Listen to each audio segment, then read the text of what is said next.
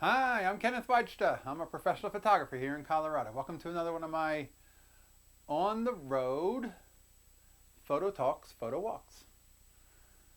And about once a month, I'm going to go out and make photos in different small towns around my area. I have a lot of small towns around here, and a lot of them are quite quaint. Some of them are thriving, some of them are a little bit more a struggling farm town. Some of them are tourist towns. So my goal is to make one iconic photo from each of those. And in the last episode, we photographed Longmont, Colorado, which is the town I live in. And today we're going to go to the first town north of here. It's called Berthoud. And it's a cool little town that it definitely has like a charm with the way the homes are wrapped around the downtown. It's got a great little brew pub called City Star, and it's got this great big mural on a building next to the train tracks, which is, I think, part of the old train station. So the goal is, can we incorporate all of those things into the photograph? Is there a way to make it so that we get a sense, what's the best view for this town, to get a sense of what this town looks like? And I'm going to bring the Wajda DX today, but I might also end up shooting the Ebony.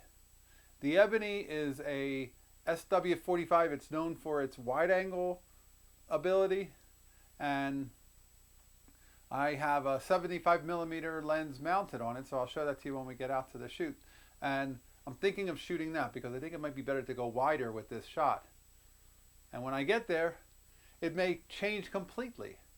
That's one of the things about photography I've learned over the years. Even when I was doing photo assignments for a newspaper, I remember many a time where I said, oh, I'm going to think about how I'm going to do this. Oh, yeah. You know what I'll do when I get there? Oh, I'm going to go and do this. And then when you get there, nothing that you thought might work is even possible. And then you do something else to make it work. And I'm going to go with the wide angle on that Ebony, but then I may end up shooting a 210. We'll see. But I'll bring both cameras along and I'll see which one works better for the shoot we're going to make and for the image that documents that town for this photo series. So thanks for being here, and come on, let's go. Okay, so we're heading to the little town of Berthoud. Berthoud is this great little town that's, I go sometimes there to write, sometimes I'll meet a friend for a beer. It's one of those towns that it has a quaint downtown. It's not very big, but it has a look to it. It looks like an old Colorado town. And so that goal is, what can we do with it? What do we add? What do we include to make it have that look that will be the iconic photo? And we're about 20 minutes away, so I'll drive us up there, and when we get there, I'll unpack the gear. We'll take a look and see what I brought, what we're going to have to work with, and then we'll look around and scout for that photograph and make one that really says something about what the town of Berthoud is all about. So thanks for being along, and here we go. See you in Berthoud. So, you know, life is sweet when your only goal is to go out and make one photograph. That's my goal for today, is just to make the one. So this is a Billingham bag. I picked it up one time because somebody was selling it locally in Denver for $50, and I thought, you know, it's bigger than I really want, but I'll buy it because it's a Billingham bag. And it's a little too deep for a 35 millimeter camera, and sometimes you can overbuy. There are two ways to buy gear that I find. One is you go out and get it when you want it, and you pay full price. The other way, the way I've done it, but you can overpay and buy more things than you need, is when you see a good deal, you snap it up. And that's the deal with this. This is a Bellingham bag that was inexpensive, and they're not inexpensive. And so in here, I'll show you what I have. This is my Ebony SW45. And I really like this camera for the idea of it. But like I think I've talked about before, when you're going out to shoot people, this doesn't have the impact that a folding wood 4x5 camera has, because the cherry wood of the Wajda has a certain look that people really like. And this has a 75mm f4.5 lens on it, and it's always on it. It just lives on it. And the camera just opens and you extend it and get it ready to use, but there's no folding it. It's a non-folding camera. And I think we're going to use this today, but we'll see. I may end up changing my mind when we see the actual shot and do the scout and see what's the best place to shoot. This I don't really like. This camera didn't have a strap on it, so I pulled a strap off something else and I hooked it to this top rail, but it kind of gets in the way when you're trying to use rise. And my choice would be to have a strap built into the camera, but Ebony did put one on this camera, and I hate to drill into the top of this camera and put one on myself. So I have this on here for now. But without this, I was always looking for a way to pick it up out of the case, and I didn't know how to. And for all the great things people say about Ebony, and they are well made, I find that to be a little bit of a challenge. So we have the Ebony, we have a light meter, we have a cable release, and a film holder. And from my Wajda kit, I have the loop that you saw last time and an extra cable release. And so really, there's also the 210. The 210mm lens, which is on the protracted lens board, that fits on the Ebony. So we may shoot with the 75, we might shoot longer with a 210. And remember, 4x5 is about a third of the focal length of 35mm if you want to try to talk about equivalence, even though they're slightly different ratio formats. But the 75 will give me close to like a 24-25, and this 210 will give me close to a 70. So slight telephoto or a nice wide angle. So we'll see what works best. And if none of these work best, or if neither of these works best, then we'll go to the Wajda where we have the 150 and the 90. We can always put those on. All right, so let's go do a little scout look for something, and where's the best place to shoot and what's the vantage point? What's the angle that we want?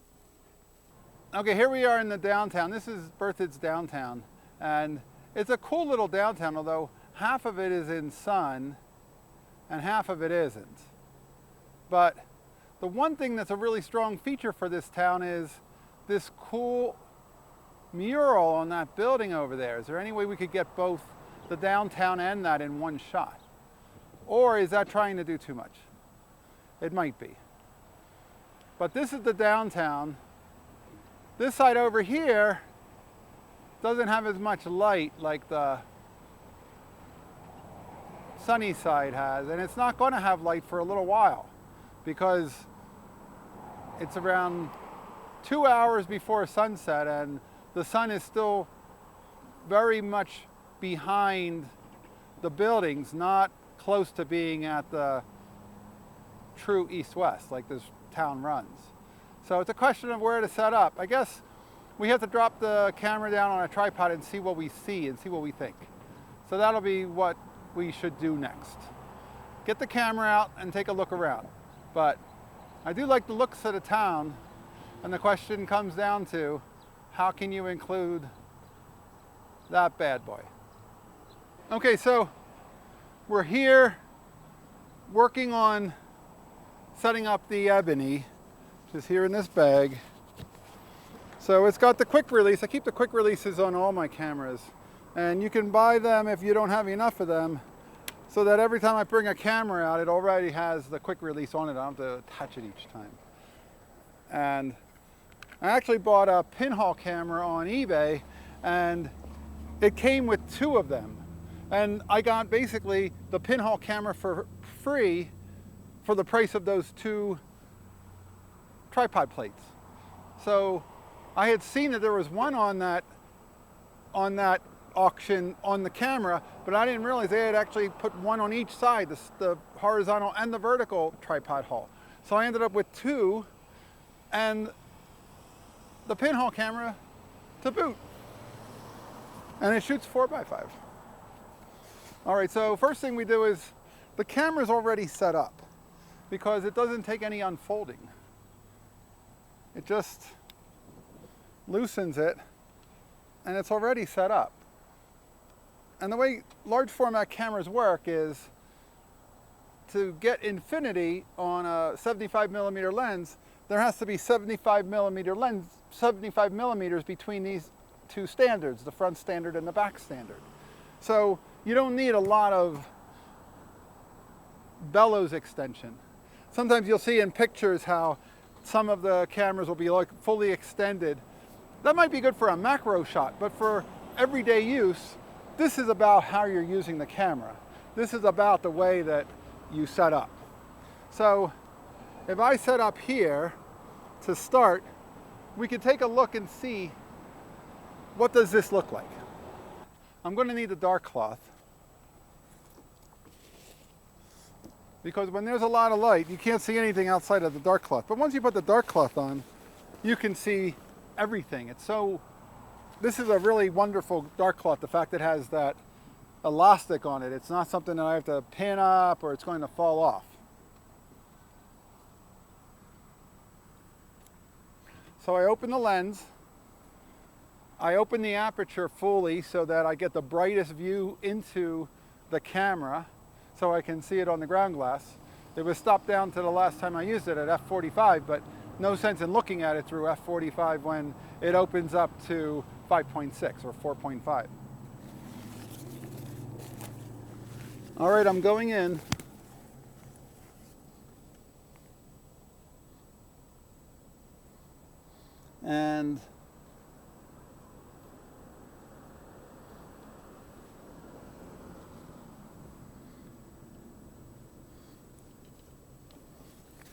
And I'm curious if I were to turn it this way and if I were to get a piece of that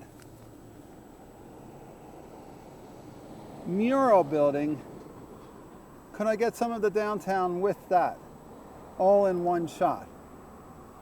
And how important is that?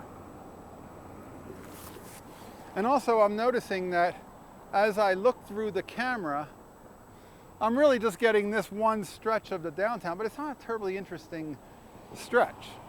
There's a dentist, and it's just not the most interesting look of the downtown. I'm not sure this is the shot. And as much as I would like to get that mural into the scene, and right now, with the camera pointed that way, it has it in there. I don't think that this is the shot. It doesn't really look like anything to me. You know when you're looking at something and it just looks like nothing? I don't have an interesting foreground. There's just this pavement, and you have to make the choice to make a different choice if you're not seeing it, and I'm not seeing it. So let's move down the street a little bit and see if we find a better vantage point. Okay, so now I've switched the lens. I took the 75 off and I put the 210 on. And I'll tell you, the Ebony camera is a beautifully designed ebony wood camera with all this really cool titanium. And it's made for super wides, and it's got a Fresnel lens in it to make it so that it would be extra bright. But I still have a hard time. To me, every time I look through that 75, it feels like the only part of the ground glass that I'm looking through is the only part I can see. The rest all looks dark. It doesn't feel like it's evenly distributing the light. And I've tried that 75 before, and this camera was made for shooting with a wide angle, but I fight it. I find that I don't like it. It feels like it's hard for me to see what I'm seeing. So now I put the 210 on, and that view is quite bright and quite edge to edge. So I also like the view better. There's an unfortunate part in that this town has a good look. I like the City Star Brewing sign right down that you can't see, but there's also this tree that is losing its leaves, but they didn't quite lose yet, and they're kind of looking shabby. I'll show you. See what I mean? Like that one tree, that's the one tree that doesn't work for this shot. I like it with a 210 where I'm compressing elements, but I don't like that tree. That tree doesn't work for this composition because that tree, making sure you can see the tree, that tree is taking up all of the energy of the shot. Now we could go past the tree, but then we lose the City Star because that's kind of the portion of this town that feels like it's funky cool and modern, and it's part of the town that I like. And I like to see that sometimes more than a real estate office, even though there are those right here too. So the question is what to include, what to exclude. We're always asking that question. What to include, what to exclude. Now we're passing that tree. But now, unless I put that 75 on, I'm not going to get that foreground. And I kind of wish they didn't have the corn stalks up. It kind of dates it to fall. But it is what they have up, so I'm going to take a look at it through the lens. Okay, so I've got the 210 on the camera, and I like this shot. I was able to come in past the tree, and using the 210, it kind of compresses some of the town into making it feel a little more dense. And I don't have a real strong foreground element like I did in the Longmont video with that bench that was leading me into the town. So the longer lens works better for today's shoot. So I have the 210 on, and now I'm going to focus the camera, and I need to get it so that both the City Star sign and the distance is all in focus, because I don't want some of it in focus, I want it all in focus.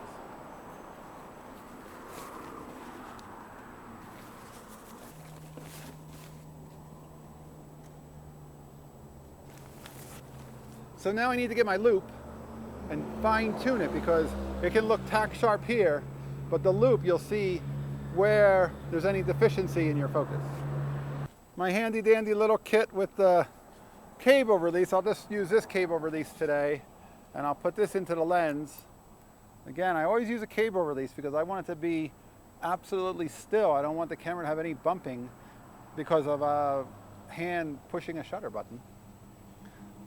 Now I use the loop to check fine focus.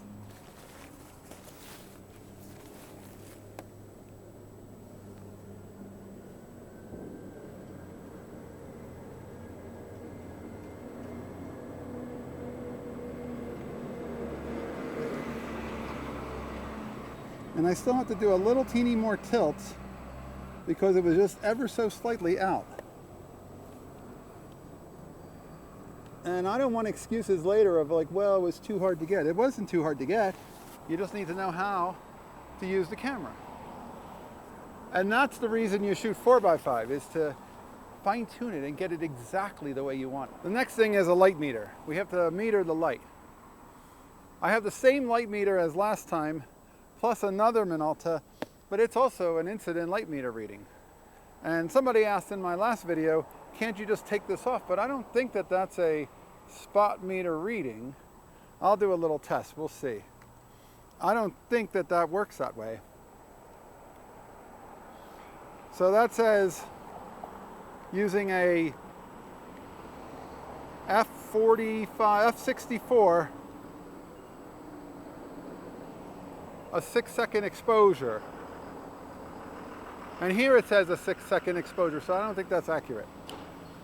I'm going to meter. Now, there is a lot of light being bounced off of that side of the street, and it's bouncing and filling in this side of the street. So this side isn't as dark as it might look, because there is some ambient light coming in and bouncing in. Now, I don't know if you can see that, but there's a food truck setting up next to me. That's not only loud, but it hopefully won't block my view. It might be wrecking my shot altogether. A lot of the brew pubs in Colorado don't have food, but they invite food trucks to come and park outside and serve food. That way patrons can have food, but they don't need to have their own kitchen. But that could be bad for me. We'll see. It's also changing a little bit of the way the light bounces, but we'll take a look at that. So I'm getting a reading of 1 second at f64 here. Some of it's because we're behind this truck and this tree. I'm betting it's a little bit of a faster exposure if I walk forward. So let me go check there.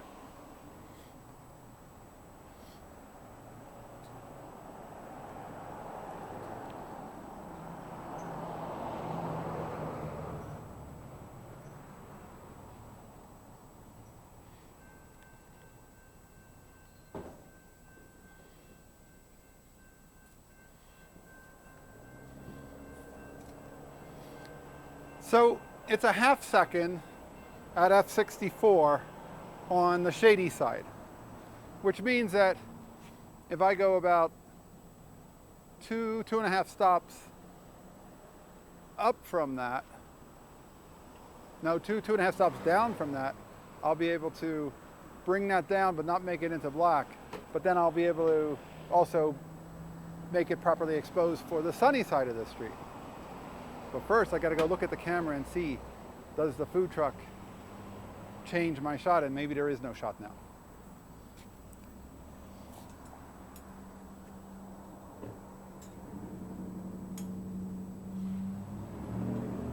Well, there is a little piece of the food truck in the shot, so I'm going to see if I can adjust that and maybe frame it out. View cameras have a thing called shift, so I may be able to shift the lens left or right to remove it without having to move the camera. So we'll try that now.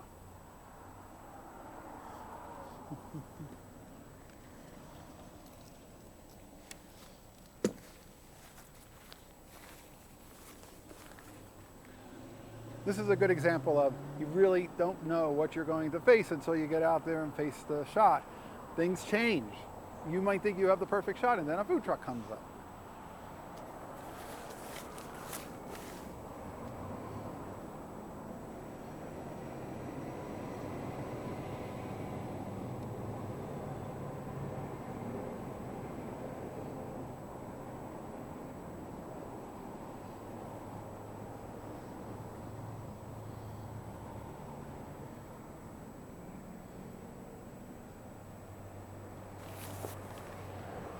You know, I think the food truck helped me because I could just shift the lens ever so slightly to move my view.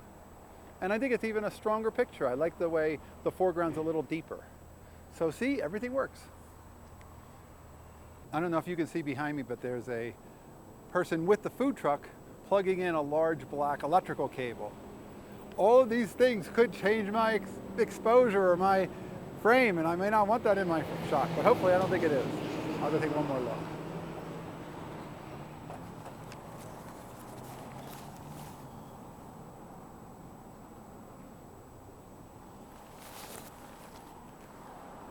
No, it's not in my shot. Thank goodness. All right, now all we have to do is make the exposure. So if it's a 2-second exposure at f64,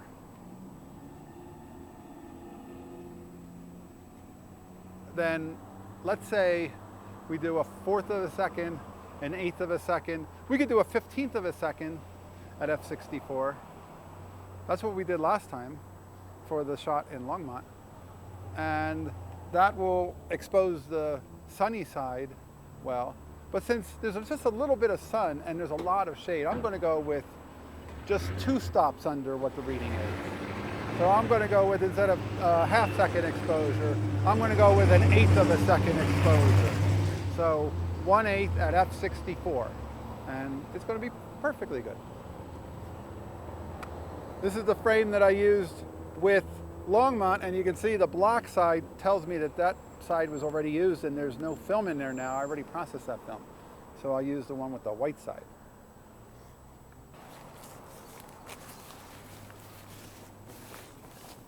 Okay, I'll do one more check. before I pull the dark slide. And I want to make sure, because of the kind of shot this is, that it's absolutely level. And it's a little bit off. And sometimes I find that this tripod lies to me, and while it says it's level, it really isn't. So we'll check this bubble level. That one's perfectly straight. And we'll check this one. This one's off. So I don't think the bubble level on my tripod, you would say, well, that's got to be perfect. Well, then there's something else going on that's causing it not to be right. So I'm going to move this ever so slightly right there and right there. Now I know I'm level because this camera has 2 levels on it. The Wajda doesn't have levels, so I use the tripod level. But I'm always aware that once I level the tripod, then I give it a little bump because it's always a little bit off. Isn't that crazy? Well, now that I move the camera, I've got to take one more look at it. Make sure everything looks right. We don't make large 4x5 photos to do them on the quick. We do them the way we want them. It's thorough and correct.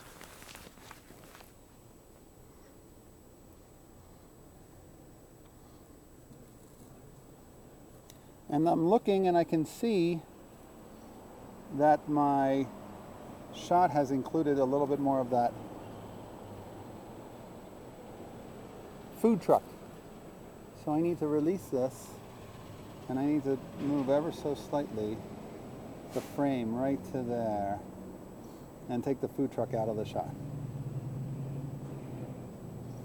I think it's better without the food truck. Okay, now the one difference between this camera and the Wajda, when I go to put the film in, I didn't mention this on the Wajda, but when I go to put the film in, this is locked. Everything is tight.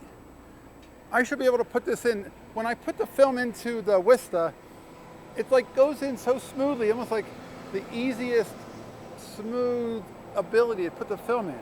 But the tension on this one's a little greater.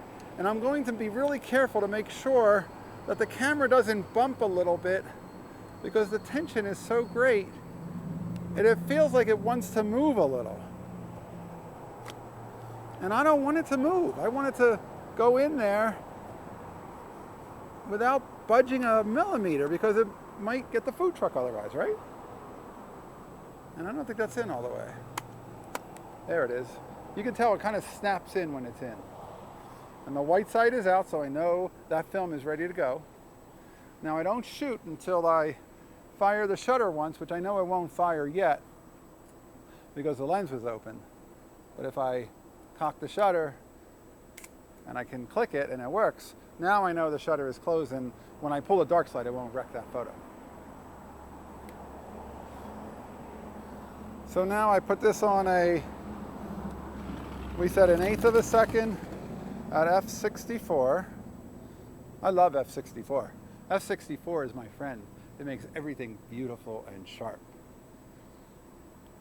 Now there's a part of me that would say, well, wait for somebody to walk through. If I could get a walker in the town, that's always a better thing. I'm a fan of walkers. I better be ready for one by pulling the dark slide.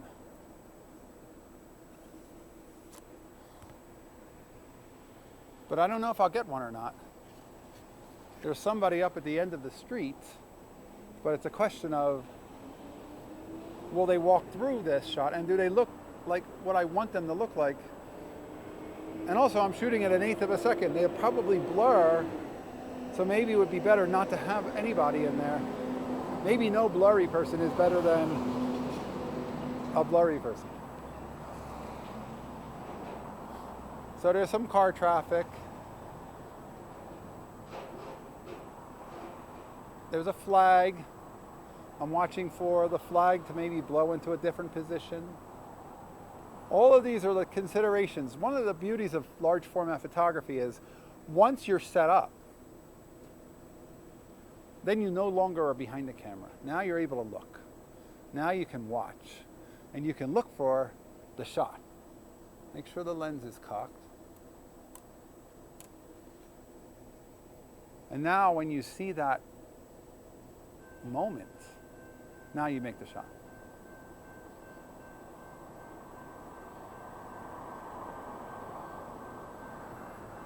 I see somebody in the background, in the distance.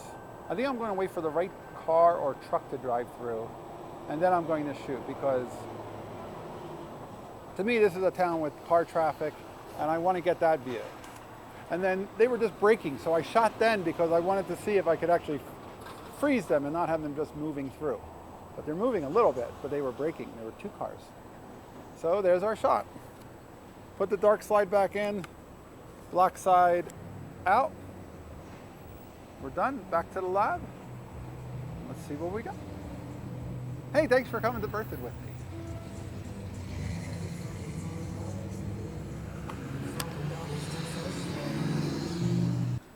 Now I'm back at the car, and there's the Billingham I wanted to show you. I ended up putting the camera in upside down because I had to take that strap off to use it.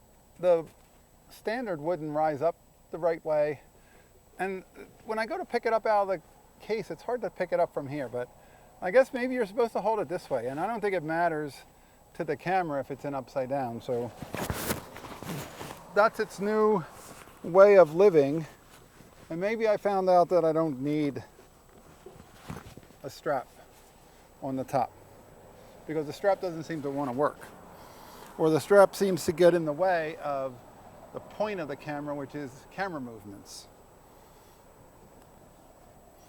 Now, when I did my 4x4x5 project a few months ago, I did photograph that mural, so take a look at the show notes and I'll put a link to it if you want to see it. And I like that shot too, but that was a different shot on a different day. It certainly wasn't a Main Street shot. It was more of a train station shot.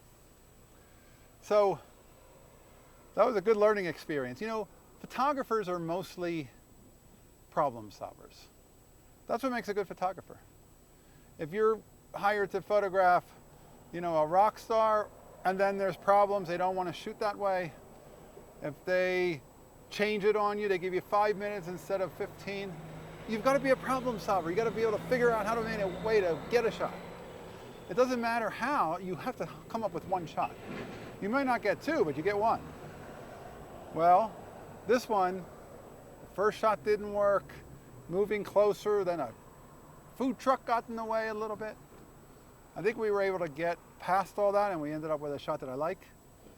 We'll take a look at it after it's processed and I'll show it to you. We'll talk about it and see how it looks. I look forward to pulling it out of the developing tank. All right, that's where I'm headed.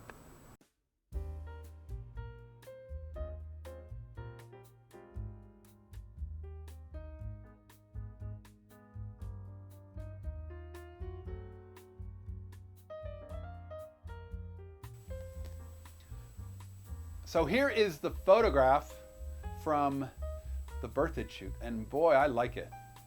I love how that city star sign is framing that upper left corner.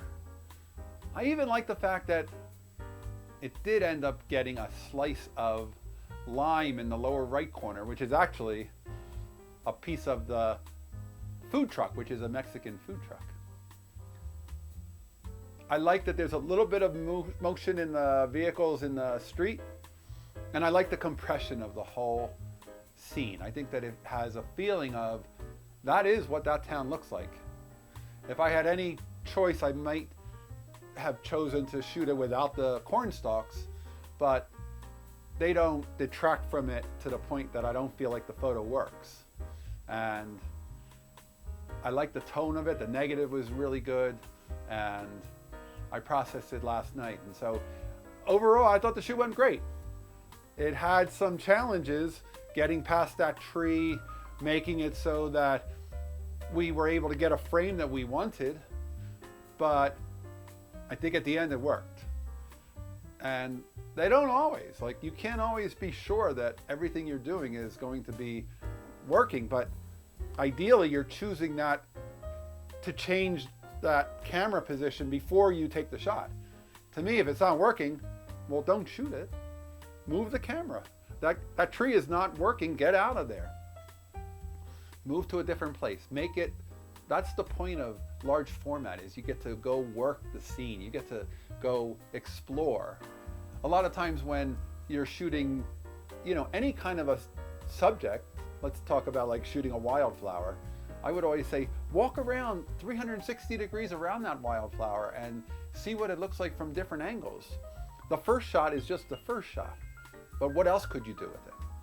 What if you came in closer? What if you went underneath of it? What if, you know, so the same thing with the large format camera.